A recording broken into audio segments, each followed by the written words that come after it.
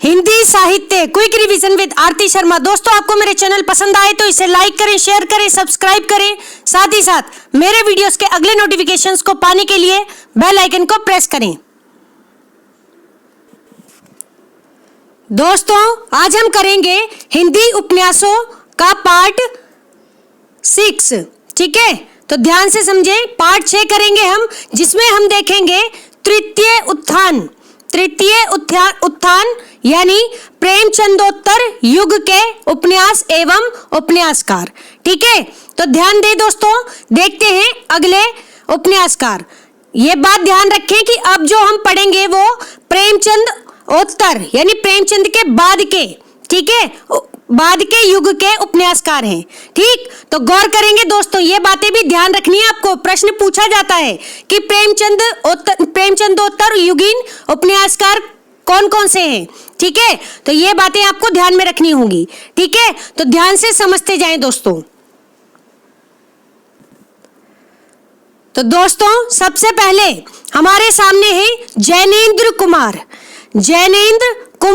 ठीक है, जैनेन्द्र कुमार ये वही व्यक्ति हैं जिन्होंने सच्चिदानंद, हीरानंद, वात्स्यायन को अज्ञे की उपाधि दी थी। ठीक है, तो ये बात भी महत्वपूर्ण है, आप ध्यान रखेंगे। ठीक, अब देखें इनके बारे में क्या है, गौर करें। हिंदी में मनोविश्लेषणवादी, हिंदी में ध्यान रखेंगे, हिंदी की बात हो रही है। हिंदी में मनोविश्लेषणवादी उपन्यास के जनक माने जाते हैं जैनेन्द्र कुमार। ठीक है, तो मनोविश्लेषणवादी उपन्यासकार हैं कौन? जैनेन्द्र कुमार, और मनोविश्लेषणवादी उपन्यासों के जनक भी माने जाते हैं। ठीक, ये बात ध्यान रखेंगे दोस्तों। ठीक, देखते हैं इनका मूल विषय क्या था। तो इनके उपन्यासों का मूल विषय है दोस्तों काम पीड़ा। ध्यान से सुने, काम पीड़ा एवं अहम का समर्पण। ठीक है, काम पीड़ा एवं अहम का समर्पण। ठीक है, ये बात ध्यान रखेंगे। ठीक, कहानी के विषय में हमने इनके बारे में पढ़ा था कि इनके आने से क्या हुआ था, व्यक्ति केंद्र में आ गया था। ठीक है, समाज बाद में आने लगा, जबकि पहले क्या होता था कि समाज पहले था और व्यक्ति बाद में। लेकिन इनकी कहानियों से क्या हुआ था कि व्यक्ति की प्रतिष्ठा हुई थी, व्यक्ति केंद्र में आ गया था। ठीक, तो इसी दृष्टि को भी हम अपनाते हुए, ठीक, हम इनके उपन्यासों को भी पढ़ेंगे। गौर करें दोस्तों, एक बार फिर से सुन लें सभी बातों को। ध्यान दें दोस्तों, जैनेन्द्र कुमार हिंदी में मनोविश्लेषणवादी उपन्यासों के जनक माने जाते हैं। इनके उपन्यासों का मूल विषय काम पीड़ा एवं अहम का समर्पण है। ठीक है, तो ये बात ध्यान रखें। देखते हैं इनके उपन्यास, गौर करेंगे दोस्तों। इनका उपन्यास है परख। कौन सा? परख उपन्यास। सभी उपन्यासों को बहुत ही ध्यान से पढ़ना है, बहुत ही इंपॉर्टेंट उपन्यासकार हैं दोस्तों। ठीक है, इसलिए ध्यान से पढ़ें और मेरी सलाह से वीडियो को 2-3 बार जरूर देख लें। ठीक है, गौर करें, इनका उपन्यास है परख। कब आया? 1929 ईस्वी में आया हुआ उपन्यास है परख।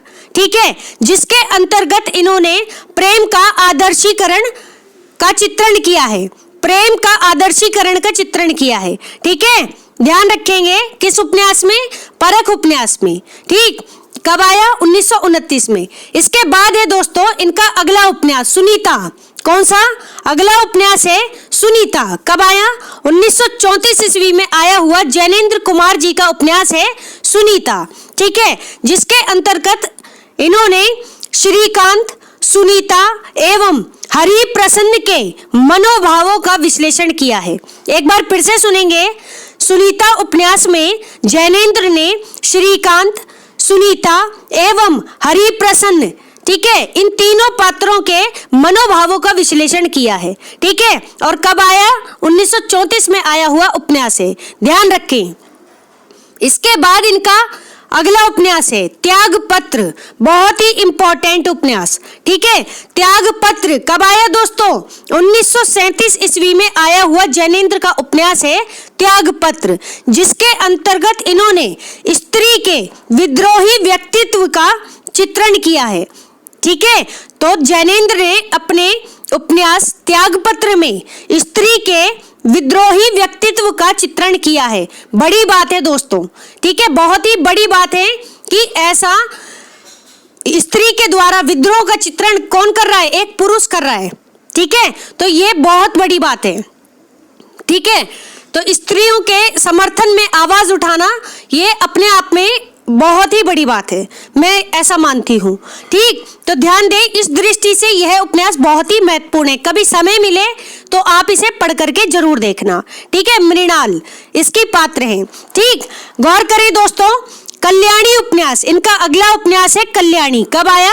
1939 ईस्वी में आया हुआ जैनेंद्र का उपन्यास है कल्याणी, ठीक है। अपने कल्याणी उपन्यास में जैनेंद्र ने विवाह के पश्चात की, यानी कि जो विवाह के बाद की जो समस्याएं हैं उनका चित्रण किया है।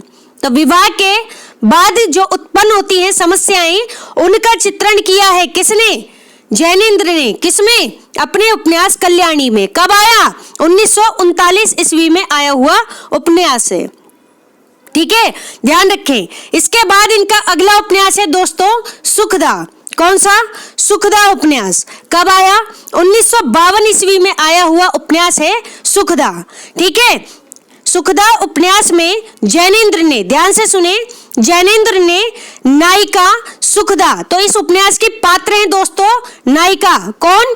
सुखदा, ठीक है। सुखदा खुद ही पात्र है इस उपन्यास की। तो नायिका सुखदा के मनोभावों का विश्लेषण किया है। दोस्तों अगर आप गौर कर रहे हो तो बार बार एक ही शब्द रिपीट हो रहा है इनके उपन्यासों के संबंध में, क्या? कि मनोभावों का विश्लेषण। मनोभाव, मनोभाव शब्द है वो बार बार रिपीट हो रहा है, तो आप ध्यान रखेंगे जहां कहीं भी ऑप्शन में जैनेंद्र हो और मनोभाव लिखा हो, ठीक है, और या फिर, ठीक है, लिखा हो क्या? मनोविश्लेषणवादी, ठीक है, तो ये दो शब्द आपको पकड़ने हैं और अपना ऑप्शन ध्यान से टिक करके आना है, ठीक है। तो अब हम जो रचनाकार या उपन्यासकार पढ़ रहे हैं दोस्तों, उनसे जुड़ी हुई बातें रहेंगी। किससे? उनकी जुड़ी हुई बातें रहेंगी मनोविश्लेषणवाद से, ठीक है, तो ध्यान रखेंगे। तो दोस्तों एक बार फिर से देखें इनके सभी उपन्यासों को, गौर करेंगे जैनेंद्र कुमार के उपन्यासों पर। यह एक मनोविश्लेषणवादी उपन्यासकार हैं और इसके जनक भी माने जाते हैं। और इनका मूल विषय उपन्यासों का काम पीड़ा अहम का समर्पण है, ठीक। इनका उपन्यास परख 1929 ईस्वी में आया हुआ उपन्यास है। फिर है इनका उपन्यास सुनीता, 1934 ईस्वी में आया हुआ उपन्यास है। फिर है दोस्तों इनका उपन्यास त्यागपत्र, 1937 ईस्वी में आया हुआ उपन्यास है।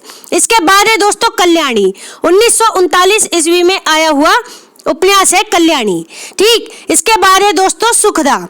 सुखदा उपन्यास कब आया? 1952 ईस्वी में आया हुआ जैनेंद्र का उपन्यास है सुखदा, ठीक है। देखते हैं जैनेंद्र कुमार के अन्य उपन्यास। इनका अगला उपन्यास है दोस्तों, ध्यान देंगे, विवर्त। विवर्त उपन्यास कब आया? 1953 ईस्वी में आया हुआ उपन्यास है जैनेंद्र का उपन्यास विवर्त, 1953 ईस्वी, जिसके अंतर्गत जैनेंद्र ने भुवन मोहिनी एवं जितेन, दो पात्र हैं उपन्यास में, एक है भुवन मोहिनी और एक है जितेन, ये इंपॉर्टेंट पात्र हैं, ठीक है। इन दोनों की प्रेम कथा का चित्रण किया है, ठीक है। तो विवर्त उपन्यास जैनेंद्र का उपन्यास है, 1953 ईस्वी में आया हुआ उपन्यास है, जिसके अंतर्गत जैनेंद्र ने भुवन मोहिनी एवं जितेन की प्रेम कथा का चित्रण किया है, ठीक है। इंपॉर्टेंट बात है, ध्यान रखेंगे दोस्तों। अगला उपन्यास है जैनेंद्र का व्यतीत। कब आया दोस्तों व्यतीत उपन्यास? 1953 ईस्वी में आया हुआ जैनेंद्र का उपन्यास है व्यतीत। इसके बाद है दोस्तों इनका अगला उपन्यास जयवर्धन। जयवर्धन ये कब आया? 1956 ईस्वी में आया हुआ उपन्यास है जैनेंद्र का जयवर्धन, जिसके अंतर्गत जैनेंद्र ने व्यक्ति की निजता एवं शासन की सामाजिकता के द्वंद्व का चित्रण किया है। एक बार फिर से सुनेंगे, जैनेंद्र ने अपने उपन्यास जयवर्धन में, ठीक है, जो कि कब आया? 1956 में आया हुआ उपन्यास है। इस उपन्यास में व्यक्ति की निजता एवं शासन की सामाजिकता के द्वंद्व का चित्रण किया है। ठीक है, ध्यान रखेंगे। अगला उपन्यास है दोस्तों इनका मुक्ति बोध। बहुत ही इंपॉर्टेंट उपन्यास है मुक्ति बोध। ठीक है, कब आया? 1965 ईस्वी में आया हुआ जैनेंद्र का उपन्यास है मुक्ति बोध। ठीक है, बहुत ही ज्यादा इंपॉर्टेंट है, पूछा जाता है दोस्तों। ठीक है, मुक्ति बोध कौन थे? गजानन माधव मुक्ति बोध। ठीक है, अंधेरे में उनकी कविता थी, लंबी कविता। ठीक, तो उन्हीं के नाम से एक उपन्यास लिखा है इन्होंने मुक्ति बोध। ठीक, 1965 ईस्वी में आया हुआ जैनेंद्र का उपन्यास है। ठीक, इसके बाद है दोस्तों इनका अगला उपन्यास, क्या? अनंतर। अनंतर उपन्यास किसका है? जैनेंद्र का। कब आया? 1968 ईस्वी में, 1968 ईस्वी में आया हुआ जैनेंद्र का उपन्यास है अनंतर। ठीक, इसके बाद है दोस्तों इनका अगला उपन्यास अनाम स्वामी। अनाम स्वामी उपन्यास कब आया? 1974 ईस्वी में आया हुआ जैनेंद्र का उपन्यास है अनाम स्वामी, जिसके अंतर्गत जैनेंद्र ने मानव के धार्मिक रूढ़ियों से मुक्त होने का चित्रण किया है। ठीक है, मानव, ध्यान से सुनना, मनुष्य केंद्र में है। तो अपने उपन्यास जैनेंद्र ने अपने उपन्यास अनाम स्वामी उपन्यास में, ठीक है, मानव के धार्मिक रूढ़ियों से मुक्त होने का चित्रण किया है। ठीक, और यह उपन्यास कब आया? 1974 ईस्वी में आया हुआ उपन्यास है दोस्तों अनाम स्वामी। ठीक, इसके बाद इनका एक उपन्यास और है, क्या है? दशार्क। दशार्क उपन्यास कब आया दोस्तों? 1985 ईस्वी में आया हुआ उपन्यास है जैनेंद्र का उपन्यास दशार्क। कब? 1985 ईस्वी। ठीक है, ध्यान रखें, जिसके अंतर्गत जैनेंद्र ने, किसके अंतर्गत? अपने उपन्यास दशार्क के अंतर्गत जैनेंद्र ने विवाह विच्छेद, ध्यान से सुने, विवाह विच्छेद एवं स्त्री जीवन की विडंबना का चित्रण किया है।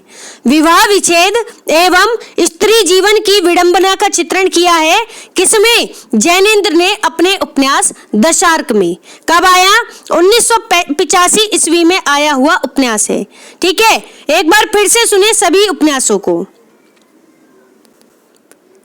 गौर करेंगे दोस्तों जैनेंद्र के उपन्यासों पर, ध्यान दें। इनका उपन्यास विवर्त 1953 ईस्वी में आया हुआ उपन्यास है विवर्त। ठीक है, जिसके अंतर्गत इन्होंने भुवन मोहिनी एवं जितेन की प्रेम कथा का चित्रण किया है, पहली बात। दूसरा उपन्यास है इनका व्यतीत, 1953 ईस्वी में आया हुआ उपन्यास है। तीसरा है इनका जयवर्धन, जो कि 1956 ईस्वी में आया हुआ उपन्यास है, जिसके अंतर्गत जैनेंद्र ने व्यक्ति की निजता एवं शासन की सामाजिकता के द्वंद्व का चित्रण किया है। ठीक, फिर है इनका उपन्यास मुक्ति बोध। कब आया? 1965 ईस्वी में आया हुआ उपन्यास है मुक्ति बोध। फिर है दोस्तों इनका उपन्यास अनंतर। कौन सा उपन्यास? अनंतर। कब आया? 1968 ईस्वी में आया हुआ उपन्यास है अनंतर। ठीक है, इसके बाद है इनका एक उपन्यास अनाम स्वामी। अनाम स्वामी उपन्यास 1974 ईस्वी में आया हुआ उपन्यास है, जिसमें जैनेंद्र ने मानव के धार्मिक रूढ़ियों से मुक्त होने का चित्रण किया है। ठीक है, मानव के धार्मिक रूढ़ियों से मुक्त होने का चित्रण किया है अपने उपन्यास अनाम स्वामी में। 1974 ईस्वी में आया हुआ जैनेंद्र का उपन्यास है। ठीक, इसके बाद इनका एक उपन्यास है दशार्क। कौन सा उपन्यास? दशार्क। 1985 ईस्वी में आया हुआ जैनेंद्र का उपन्यास है दशार्क, जिसमें जैनेंद्र ने विवाह विच्छेद एवं स्त्री जीवन, ध्यान से सुने, स्त्री जीवन की विडंबना का चित्रण किया है। तो दोस्तों ये सभी उपन्यास थे जैनेंद्र के। सभी उपन्यासों को आप ध्यान से पढ़ेंगे, एक एक उपन्यास बहुत ही महत्वपूर्ण है। ठीक है, ध्यान रखें, गौर करेंगे दोस्तों। यहाँ पर एक नोट है, ध्यान दें। डॉक्टर गोपाल राय, ध्यान से सुनेंगे, बहुत ही इंपॉर्टेंट बात बता रही हूँ। ठीक, डॉक्टर गोपाल राय के अनुसार ईला चंद्र जोशी, डॉक्टर गोपाल राय के अनुसार ईला चंद्र जोशी को हिंदी में मनोवैज्ञानिक उपन्यास का पुरस्कर्ता माना जाता है, माना जा सकता है। ऐसा किसने कहा? डॉक्टर गोपाल राय के अनुसार। ठीक है, डॉक्टर गोपाल राय ने कहा कि ईला चंद्र जोशी को हिंदी में मनोवैज्ञानिक उपन्यास का पुरस्कर्ता माना जा सकता है। ठीक है, तो ये बात ध्यान रखेंगे। तो बाकी जैनेंद्र कौन है? तो मनोविश्लेषणवादी उपन्यास के जनक हैं कौन? जैनेंद्र। ठीक है, और अगर बात की जाए ईला चंद्र जोशी के लिए, इनके मनोवैज्ञानिक उपन्यासों का पुरस्कर्ता के लिए, ठीक है, तो ध्यान रखें डॉक्टर गोपाल राय, आप ध्यान में रखेंगे इनके नाम को, इन्होंने ऐसा कहा है। ठीक है, तो गौर करेंगे ईला चंद्र जोशी भी क्या है? एक मनोवैज्ञानिक उपन्यासकार हैं। ठीक है, ध्यान रखेंगे। दोस्तों हमारी अगली उपन्यासकार हैं, ध्यान दें दोस्तों, ईला चंद्र जोशी। ईला चंद्र जोशी, ठीक है, ध्यान रखेंगे, इनका नाम ऑप्शन में जरूर मिलेगा आपको। ठीक, क्यों? क्योंकि यह मनोविश्लेषणवादी उपन्यासकार हैं। कैसी उपन्यासकार हैं? मनोविश्लेषणवादी उपन्यासकार हैं ईला चंद्र जोशी। प्रश्न यही बनता है। ठीक है, प्रश्न यही बनता है दोस्तों, इसलिए ध्यान से सुननी है एक एक बात। ठीक, तो ईला चंद्र जोशी कैसी उपन्यासकार हैं? मनोविश्लेषणवादी, यहाँ पर स्पेलिंग एरर है, मनी लिखा हुआ है, जबकि है मनोविश्लेषणवादी उपन्यासकार। ठीक, देखते हैं ईला चंद्र जोशी के उपन्यासों को। तो दोस्तों ध्यान से सुनेंगे इनके सभी उपन्यासों को। ठीक है, इनका उपन्यास है सबसे पहले कौन सा? लज्जा। ध्यान से सुने, लज्जा। ठीक है, लज्जा उपन्यास कब आया? 1929 ईस्वी में। 1929 ईस्वी में आया हुआ ईला चंद्र जोशी का उपन्यास है लज्जा। ठीक, इसके बाद है दोस्तों इनका उपन्यास कौन सा? इसके बाद है दोस्तों सन्यासी। ठीक है, सन्यासी उपन्यास कब आया? सन्यासी, तो दोस्तों ये आया 1940 में। ठीक है, सन्यासी उपन्यास आया 1940 में। ठीक, जिसके अंतर्गत ईला चंद्र जोशी ने नंद किशोर के अहम भाव का मनोविश्लेषण किया है। तो उपन्यास के पात्र हैं एक नंद किशोर, जिनके अहम भाव का मनोविश्लेषण चित्रण किया है। ठीक है, किसने? ईला चंद्र जोशी ने अपने उपन्यास सन्यासी में। इसके बाद है दोस्तों, ध्यान दें, पर्दे की रानी। ठीक है, पर्दे की रानी, यह उपन्यास कब आया? 1942 ईस्वी में आया हुआ उपन्यास है पर्दे की रानी। किसका उपन्यास है? ईला चंद्र जोशी जी का उपन्यास है।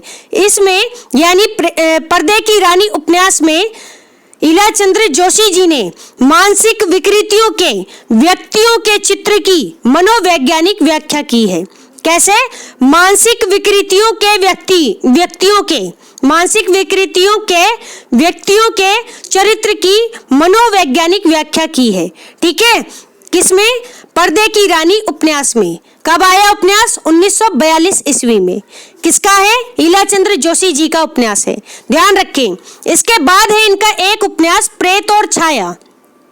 प्रेत और छाया कब आया दोस्तों? 1944 ईस्वी में आया हुआ उपन्यास है ईला चंद्र जोशी जी का उपन्यास। कौन सा? प्रेत और छाया। इस उपन्यास में ईला चंद्र जोशी जी ने पारसनाथ जो कि उपन्यास में एक पात्र हैं। ठीक है, तो पारसनाथ की मानसिक कुंठा का चित्रण किया है। पारसनाथ की मानसिक कुंठा का चित्रण किया है अपने उपन्यास प्रेत और छाया में, जो कि 1944 में आया हुआ उपन्यास है। ठीक, इसके बाद इनका एक उपन्यास है दोस्तों निर्वासित। कब आया? 1946 ईस्वी में आया हुआ उपन्यास है निर्वासित। किसका है? ईला चंद्र जोशी जी का उपन्यास है। इस उपन्यास में ईला चंद्र जोशी जी ने महीप और नीलिमा, ये दो पात्र हैं उपन्यास में। कौन से उपन्यास में? निर्वासित उपन्यास में। कौन कौन? महीप और नीलिमा। ठीक है, महीप और नीलिमा, इनके प्रेम का चित्रण किया है। किसमें? निर्वासित उपन्यास में। कब आया? 1946 ईस्वी में आया हुआ उपन्यास है। किसका है? ईला चंद्र जोशी जी का उपन्यास है। ठीक है, ध्यान से समझेंगे सभी बातों को। एक बार फिर से सुने दोस्तों, गौर करेंगे। ईला चंद्र जोशी जो कि मनोविश्लेषणवादी उपन्यासकार हैं, इनका उपन्यास है दोस्तों लज्जा। कौन सा? लज्जा, जो कि 1929 में। ठीक है, ध्यान से सुने, लज्जा उपन्यास जो कि 1929 में आया हुआ इनका उपन्यास है। ठीक, इसके अलावा इनका एक उपन्यास और है, बहुत ही इंपॉर्टेंट उपन्यास। कौन सा? घृणामयी। कौन सा? घृणामयी। ध्यान से सुने, घृणामयी उपन्यास। ठीक है, तो ये कब आया? ये भी आया दोस्तों 1929 ईस्वी में। कब?